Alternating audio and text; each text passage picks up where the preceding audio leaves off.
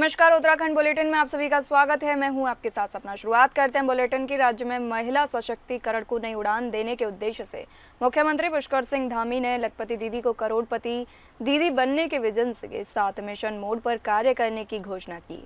मुख्यमंत्री ने सचिवालय से वर्चुअल माध्यम से प्रदेश के विभिन्न विकासखंडों के महिला स्वयं सहायता समूह से संवाद करते हुए उन्हें राहत देने को कई कदम उठाए। मुख्यमंत्री धामी ने कहा कि मातृशक्ति उत्तराखंड की आर्थिक और सामाजिक क्रांति की सबसे बड़ी संवाहक है।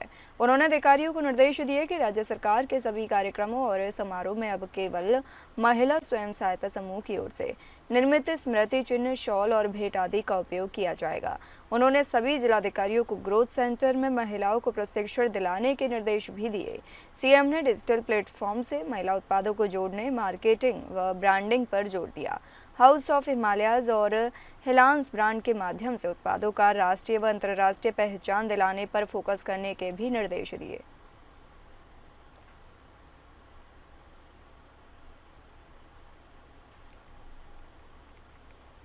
बता दें, सीएम ने डिजिटल प्लेटफॉर्म से महिला उत्पादों को जोड़ने, मार्केटिंग व ब्रांडिंग पर जोर दिया। हाउस ऑफ हिमालयाज और हिलांस ब्रांड के माध्यम से उत्पादों को राष्ट्रीय व अंतर्राष्ट्रीय पहचान दिलाने पर फोकस करने के भी निर्देश दिए।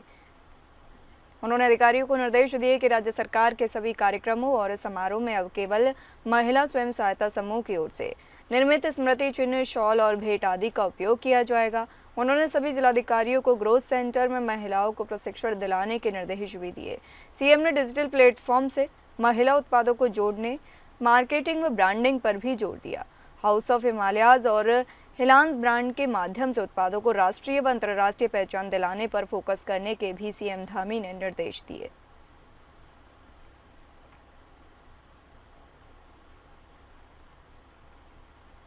राज्य में महिला सशक्तिकरण को नई उड़ान देने के उद्देश्य से मुख्यमंत्री पुष्कर सिंह धामी ने लखपति दीदी को करोड़पति दीदी बनने के विजन के साथ मिशन मोड पर कार्य करने की घोषणा की। मुख्यमंत्री ने सचिवालय से वर्चुअल माध्यम से प्रदेश के विभिन्न विकासखंडों की महिला स्वयं सहायता समूह से संवाद करते हुए उन्हें राहत देने के लिए कई कदम उठाए। मुख्यमंत्री धामी ने कहा कि मातृशक्ति उत्तराखंड की आर्थिक और सामाजिक क्रांति की सबसे बड़ी संवाहक है। उन्होंने अधिकारियों को निर्देश दिए कि राज्य सरकार के सभी कार्यक्रमों और समारोह में अब केवल महिला स्वयं सहायता समूह की ओर से निर्मित स्मृति चिन्ह और भेंट आदि का उपयोग किया जाएगा। तमाम जानकारी के लिए हमारे सहयोगी सतीश कोठारी हमारे साथ जुड़े हुए हैं। आपसे जानेंगे, सीएम धामी के ऐलान के बाद महिलाओं में कितना उत्साह दिख रहा है?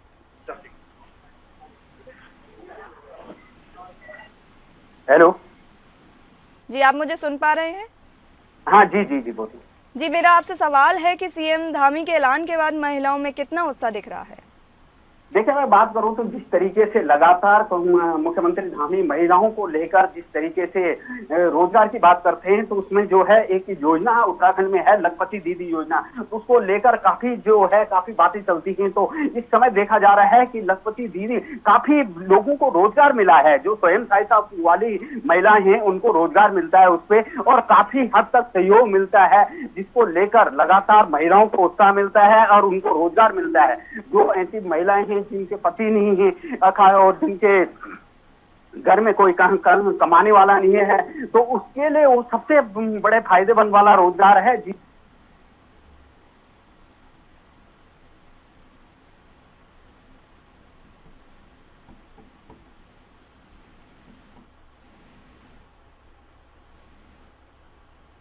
जी सतीश, बहुत बहुत धन्यवाद। आगे भी और भी जानकारी लेंगे आपसे।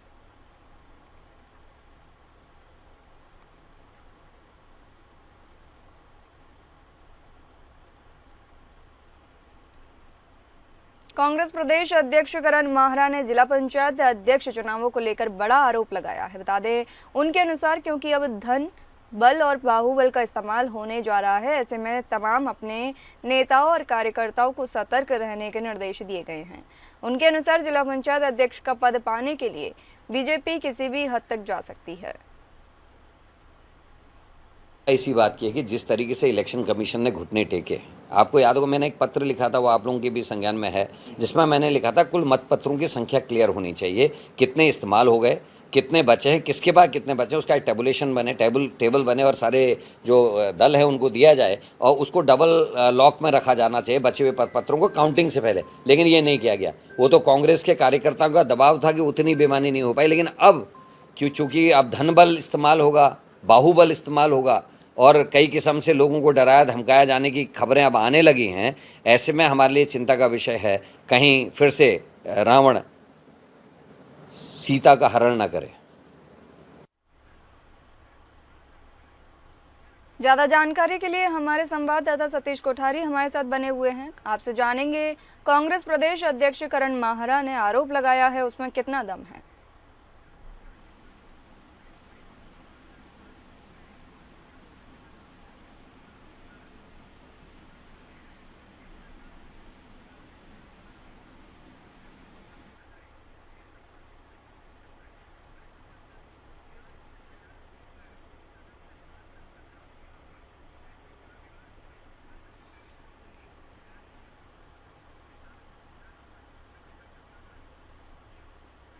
देहरादून जिला पंचायत चुनाव जीतने के बाद पूर्व जिला पंचायत अध्यक्ष मधु चौहान का बयान सामने आया है, बता दें, जिसमें उन्होंने कहा कि जिला पंचायत अध्यक्ष पद पर एक बार फिर मेरी दावेदारी है।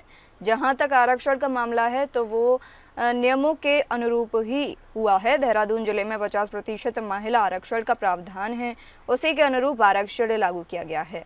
मधु चौहान ने कहा कि इस पर किसी को अगर आपत्ति है तो उसके लिए भी समय निर्धारित किया गया है और वह अपनी आपत्ति दर्ज करा सकता है।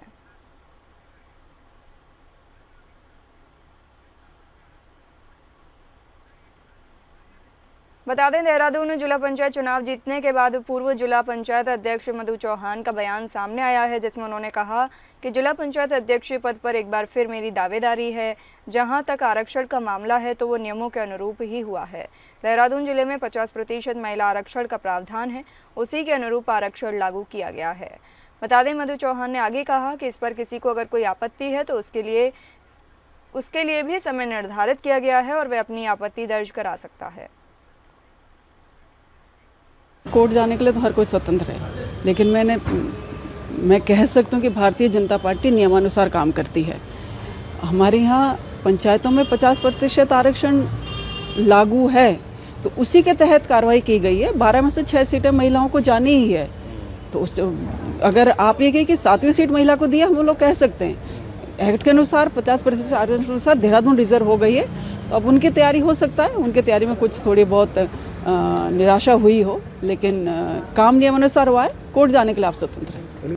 पंचायत चुनाव में हार जीत का फैसला होने के साथ साथ जीते हुए जिला पंचायत सदस्य एवं क्षेत्र पंचायत सदस्य का पाला बदलने का खेल शुरू हो गया है। बात की जाए ऊधम सिंह नगर के खानपुर जिला पंचायत सीट से सुषमा हलदार का पूर्व विधायक राजकुमार ठुकराल के द्वारा सुषमा हलदार को समर्थन एवं ताबड़तोड़ प्रचार करने के बाद भारी मतों से जीत दर्ज करने के तुरंत बाद सुषमा हलदार पूर्व विधायक राजकुमार ठुकराल का साथ छोड़कर दूसरे खेमे में पहुंचने पर ग्रामीण नाराज हो गए। जगह जगह होने लगी चर्चा।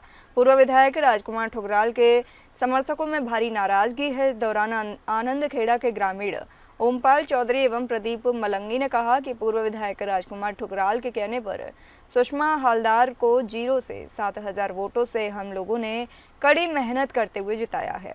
परंतु बड़े दुख के साथ कहना पड़ रहा है कि पूर्व विधायक राजकुमार ठुकराल के नेतृत्व में सुषमा हलदार की जीत हुई है। जीतने के बाद सुषमा हलदार पूर्व विधायक राजकुमार ठुकराल को चुनाव में लगे कार्यकर्ताओं को भूल जाना सुषमा हलदार की सबसे बड़ी भूल है। उन्होंने कहा कि जो भी निर्णय लेना था राजकुमार ठुकराल को संग लेकर लेते तो अच्छा होता।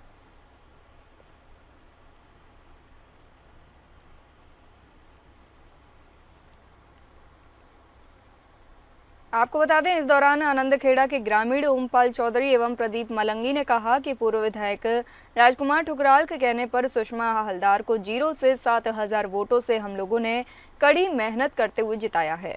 परंतु बड़े दुख के साथ कहना पड़ रहा है कि पूर्व विधायक राजकुमार ठुकराल के नेतृत्व में सुषमा हलदार की जीत हुई है। जीतने के बाद सुषमा हलदार पूर्व विधायक राजकुमार ठुकराल को चुनाव में लगे कार्यकर्ताओं को भूल जाना सुषमा हलदार की सबसे बड़ी भूल है। उन्होंने कहा कि जो भी निर्णय लेना था राजकुमार ठुकराल को संग लेकर लेते तो अच्छा होता।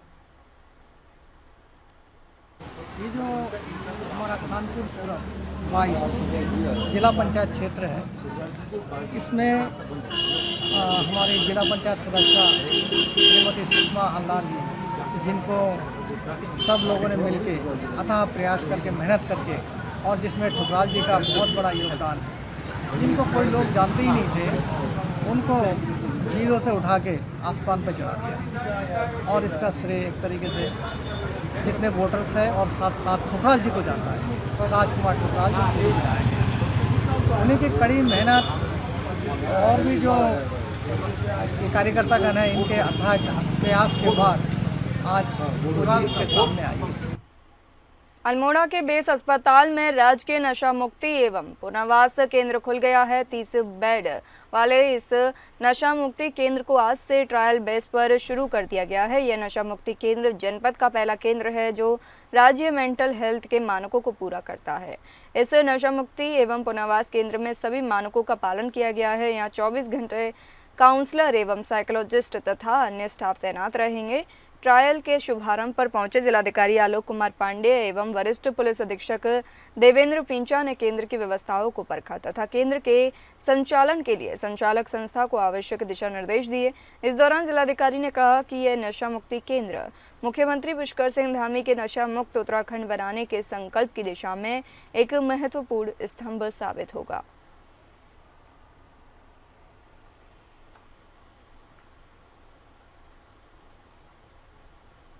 बता दें, इस नशा मुक्ति एवं पुनर्वास केंद्र में सभी मानकों का पालन किया गया है। यहाँ 24/7 काउंसलर एवं साइकोलॉजिस्ट तथा अन्य स्टाफ तैनात रहेंगे। ट्रायल के शुभारंभ पर पहुंचे जिलाधिकारी आलोक कुमार पांडे एवं वरिष्ठ पुलिस अधीक्षक देवेंद्र पिंचा ने केंद्र की व्यवस्थाओं को परखा तथा केंद्र के संचालन के लिए संचालक संस्था को आवश्यक दिशा निर्देश दिए। इस दौरान जिलाधिकारी ने कहा कि यह नशा मुक्ति केंद्र मुख्यमंत्री पुष्कर सिंह धामी के नशा मुक्त उत्तराखंड बनाने की संकल्प की दिशा में एक महत्वपूर्ण स्तंभ साबित होगा।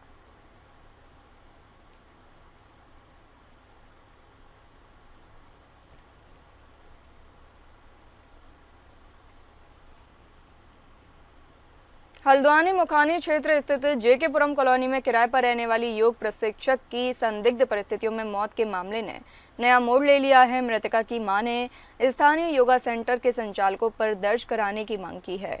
घटना के बाद क्षेत्र में तनाव की स्थिति बनी है। लोगों ने योग सेंटर के बाहर जमकर प्रदर्शन किया। भारी आक्रोश को देखते हुए पुलिस बल तैनात किया गया है। मिली जानकारी के अनुसार मृतका की पहचान 35 वर्षीय ज्योति के रूप में हुई है, जो हल्दू चौड़ तुलारामपुर निवासी दीपा मेर की बेटी थी। फरवरी 2018 में उनकी शादी जोधपुर निवासी कमल के साथ हुई थी। कुछ समय से वह हल्द्वानी के जेकेपुरम कॉलोनी में किराए पर रह रही थी और एक योगा सेंटर में बतौर ट्रेनर कार्यरत थी। परिजनों का आरोप है कि ज्योति योगा सेंटर के 2 संचालक भाइयों से मानसिक रूप से परेशान थी। ये बात उसने कुछ दिन पहले अपनी भाभी से भी साझा की। मृतका की मां दीपा मेर के अनुसार 31 जुलाई की सुबह 6 बजे उनकी बेटी की सहेली ने फोन कर बताया कि ज्योति अपने कमरे में बेसुध पड़ी है। जब परिजन मौके पर पहुंचे तो देखा कि ज्योति मृत अवस्था में थी और उसके सिर पर पिछले हिस्से में सूजन, हाथ और गले पर संदिग्ध निशान थे।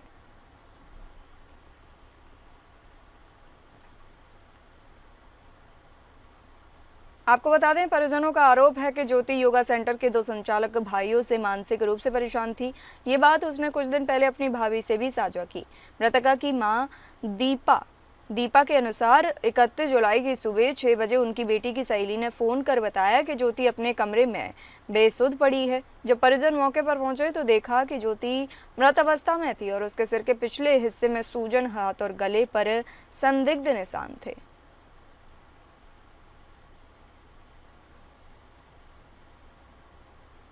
देखिए भाई साहब, हमारी पहाड़ की बेटी के साथ जघन्य अपराध हुआ। बिहार मूल के लोग, बाहर के लोग, और ये घर में घुसकर हत्या कर दी गई, जिसको पहले पुलिस प्रशासन ने सुसाइड करार दिया। 30 तारीख की घटना है। 30 तारीख के बाद कल बड़ी मुश्किल से इसमें एफआईआर हुई है। हत्या कर दी गई है। पहले सुबह 30 तारीख के सुबह वो जॉब में करके गई, यहाँ से 9:30 बजे वो घर पहुंची है। 10:30 बजे हत्यारे ने जाके उसका गला दबा के मार रखा है लड़की को। तो हमें उसे पहले ही होता, उनका नौकरी छोड़ती हूँ, यहाँ से मैं नौकरी छोड़ने नहीं दिया इन लोगों ने उसको। वो अपने घर ये मेरे संज्ञान में तो नहीं है, ऐसी कोई बात कही गई है, लेकिन अगर ऐसा कहा गया तो पोस्टमार्टम रिपोर्ट पर सारी चीज़ें डिपेंडेंट होती हैं। अगर कोई भी चीज़ तस्दीक होनी है इस तरीके के केस में तो हैंगिंग या स्ट्रैंगुलेशन है, ये मेडिकल एक्सपर्ट ही बता सकते हैं। 6 बजे मुझे कॉल आया वहाँ से, मुझे एक कॉल आया कि कॉल में वहाँ से मुझे बोला गया आपके भतीजे ने सुसाइड कर लिया गया। मैंने कहा मेरी भतीजे सुसाइड? उन्होंने कहा आप जल्दी यहाँ पर आ जाओ। जो कॉल मुझे आई थी वो उसकी एक फ्रेंड की आई हुई थी।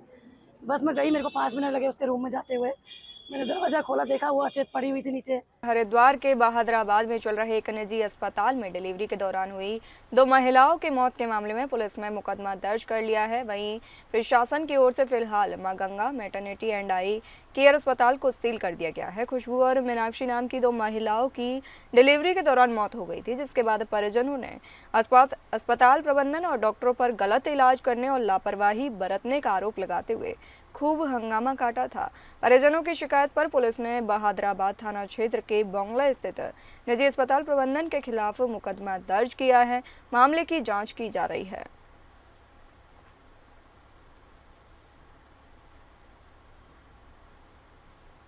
एक मैटरनिटी सेंटर में 2 महिलाओं की डेथ हो गई थी उपचार के दौरान। उसमें तत्काल लोगों का काफ़ी आक्रोश भी था। पुलिस ने पूरे मामले को तत्काल संज्ञान में लेते हुए 2 अभियोग पंजीकृत किए गए और उनका हॉस्पिटल भी कल मजिस्ट्रेट के माध्यम से सील किया गया है। मैं जो भी प्रिस्क्रिप्शंस उनके द्वारा किए गए थे उनकी एक बार जांच हम जरूर कराएंगे।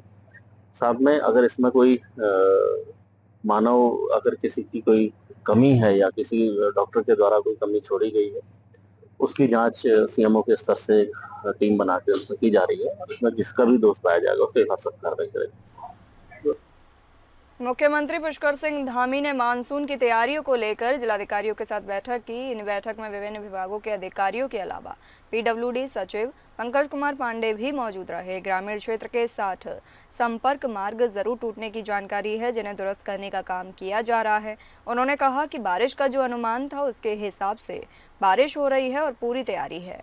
मुख्यमंत्री ने सभी डीएम के साथ बैठक की थी। 1-2 जगह को छोड़कर कोई मेजर रोड बंद नहीं है। जो विलेज रोड है उसमें 60 रोड के बारे में ज़रूर बात आई है। लगातार बारिश होती है तो सड़कों को खोलने में थोड़ा टाइम लगता है। कई जगह पर जब नए स्लाइड आते हैं तो थोड़ी दिक्कत होती है। हमारी टीम पूरी तरह से मुस्तैद है। हमारी जो मशीन है सब जगह पर वो काम कर रहे हैं, कोई समस्या नहीं है। हमने पंचायत चुनाव के दौरान भी बहुत अच्छा काम किया, कहीं पर कोई परेशानी किसी को नहीं हुई।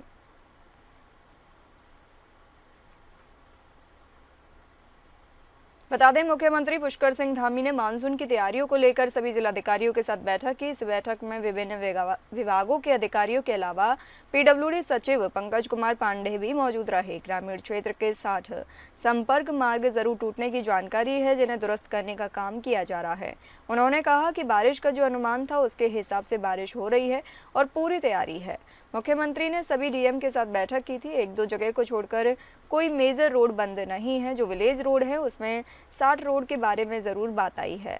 लगातार बारिश होती है तो सड़कों को खोलने में थोड़ा टाइम लगता है। कई जगह पर जब नए स्लाइड आते हैं तो थोड़ी दिक्कत होती है।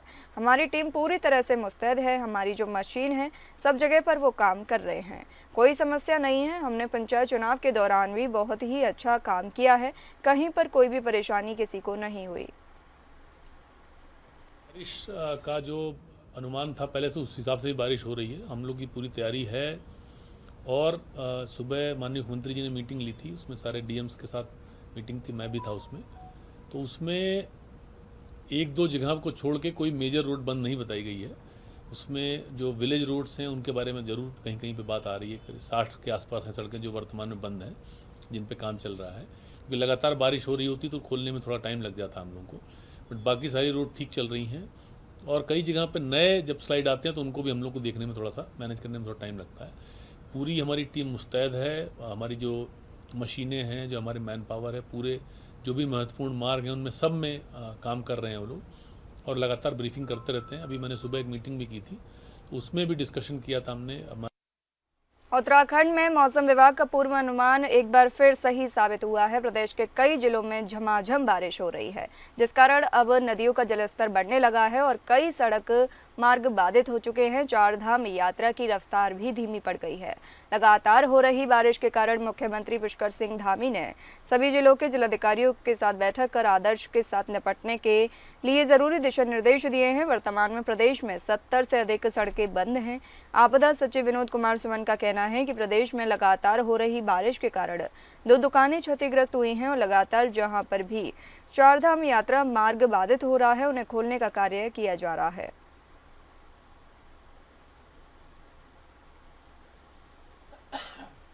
तो लगभग 24 घंटे से पूरे प्रदेश में लगातार बरसात हो रही है।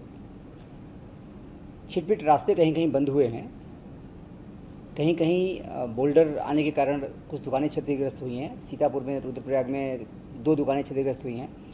नीलकंठ मार्ग पे एक गाड़ी के ऊपर बोल्डर गिरा है, लकीली कोई घायल नहीं हुआ उसमें। इसी प्रकार से सिरोपगढ़ में रास्ता बंद था, उसको खोल दिया गया है।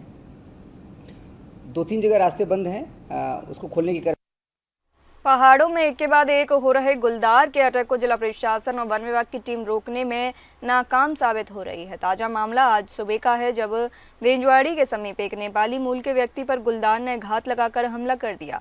व्यक्ति अपने खेत में सब्जी लेने गया था जब गुलदार ने उस पर पीछे से हमला किया और उसे गंभीर रूप से घायल कर दिया। दूसरे व्यक्ति द्वारा शोर मचाने के बाद गुलदार वहां से भागा, लेकिन तब तक गुलदार व्यक्ति को गंभीर रूप से घायल कर चुका था।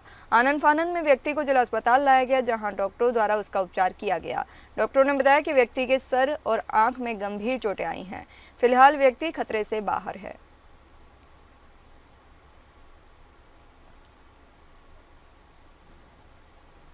जो सीएम ऑफिस के नीचे है, वहाँ पे उन पे अटैक हुआ। सर पे चोट लगी है, सर पे कट है, आंखों में चोट लगी है और चेहरे पे थोड़ी चोट लगी है, पर ये खतरे से बिल्कुल बाहर है और इन पे हमने टाके लगा दिए हैं और सही है।